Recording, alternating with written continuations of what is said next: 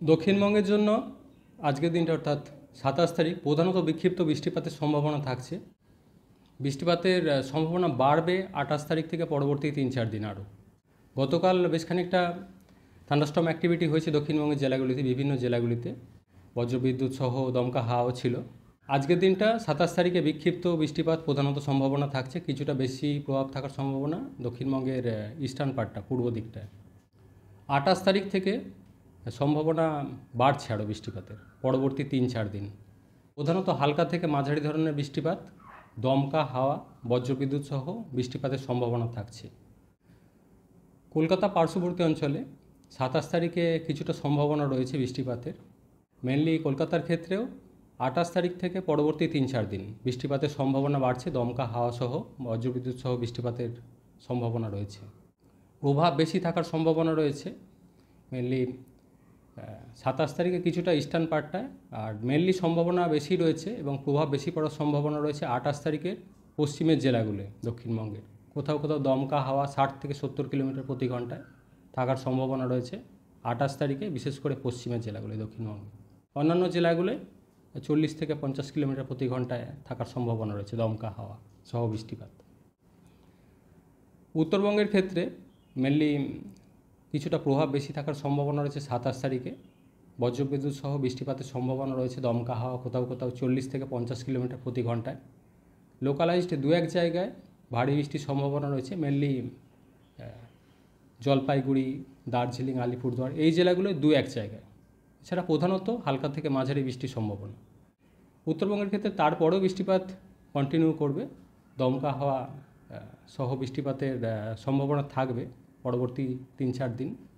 প্রভাব বেশি থাকবে তুলনামূলকভাবে দক্ষিণবঙ্গের জেলাগুলিতে। মৎস্যজীবীদের জন্য দমকা হাওয়া থাকার কারণে 27 থেকে 29 তারিখ সমুদ্রে যেতে নিষেধ করা হয়েছে। তাপমাত্রা বর্তমানে যেটা রয়েছে স্বাভাবিকের কাছাকাছি বা পশ্চিমের জেলাগুলো স্বাভাবিকের থেকে বেশ খানিকটা বেশি রয়েছে, কোথাও কোথাও 40 ডিগ্রির ওপরে রয়েছে। পশ্চিম বর্ধমান, পুরুলিয়া 40 ডিগ্রির ওপরে রয়েছে, কোথাও কোথাও বাঁকুড়া, পশ্চিম মেদিনীপুর, বীরভূম 38-39 ডিগ্রির কাছাকাছি আছে।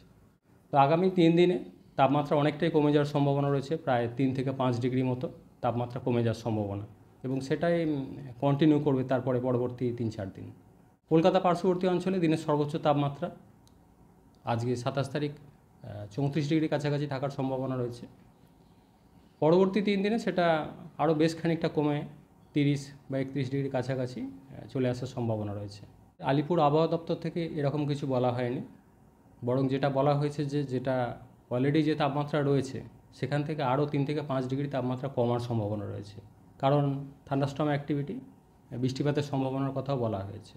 বৃষ্টিপাতের সম্ভাবনা বাড়ছে বরং 28 তারিখ থেকে পরবর্তী 3-4 দিন আরও। জলীয় বাষ্পের প্রবেশ বঙ্গোপসাগর থেকে যথেষ্ট বেশি রয়েছে এবং যে উইন্ড প্যাটার্ন রয়েছে সেটা যথেষ্ট ফেভারেবল রয়েছে।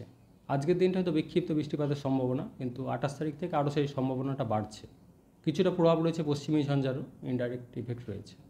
ওভারঅল এটা জলীয় বাষ্পের প্রবেশ বেশি এবং ফেভারেবল উইন্ড প্যাটার্নের জন্য। কলকাতার ক্ষেত্রেও বৃষ্টিপাতের সম্ভাবনা 28 তারিখ থেকে বাড়ছে, 27 তারিখেও কিছুটা সম্ভাবনা রয়েছে বৃষ্টিপাতের, তবে 28 তারিখ থেকে বৃষ্টিপাতের সম্ভাবনা আরও বেশি হচ্ছে কলকাতা সহ দক্ষিণবঙ্গের অন্যান্য জেলাগুলিতে। দমকা হাওয়া সহ বৃষ্টিপাতের সম্ভাবনা থাকবে কলকাতা পার্শ্ববর্তী জেলাগুলোতেও। ওয়ার্নিং বলতে যেটা বজ্রবিদ্যুতের সতর্কতা রয়েছে, দমকা হাওয়া, লোকালাইজড 2-1 জায়গায় শিলাবৃষ্টি বা ভারী বৃষ্টির সম্ভাবনা থাকছে দক্ষিণবঙ্গের ক্ষেত্রে। মেনলি যেটা আজকে বলা হয়েছে 27 তারিখে নদিয়া, পূর্ব বর্ধমান এই জেলাগুলো 2-1 জায়গায় শিলাবৃষ্টির সম্ভাবনা রয়েছে। এটা অনেকটা লোকালাইজ, শিলাবৃষ্টিটা লোকালাইজ ধরনের হয়, ফলে এটা একটু শিফট হতে পারে, স্পেশাল শিফট হতে পারে। ভারী বৃষ্টির সম্ভাবনা যেটা বলা হয়েছে মেনলি 28 তারিখে, প্রভাব বেশি থাকার সম্ভাবনা রয়েছে 28 তারিখে তুলনামূলকভাবে। দমকা হাওয়া 60 থেকে 70 কিলোমিটার প্রতি ঘন্টায়, বিশেষ করে পশ্চিমের জেলাগুলোয় 2-1 জায়গায় লোকালাইজড ভারী বৃষ্টির সম্ভাবনা কথা বলা হয়েছে 28 তারিখে, মেনলি পূর্ব বর্ধমান, পশ্চিম মেদিনীপুর এই জেলাগুলোতে।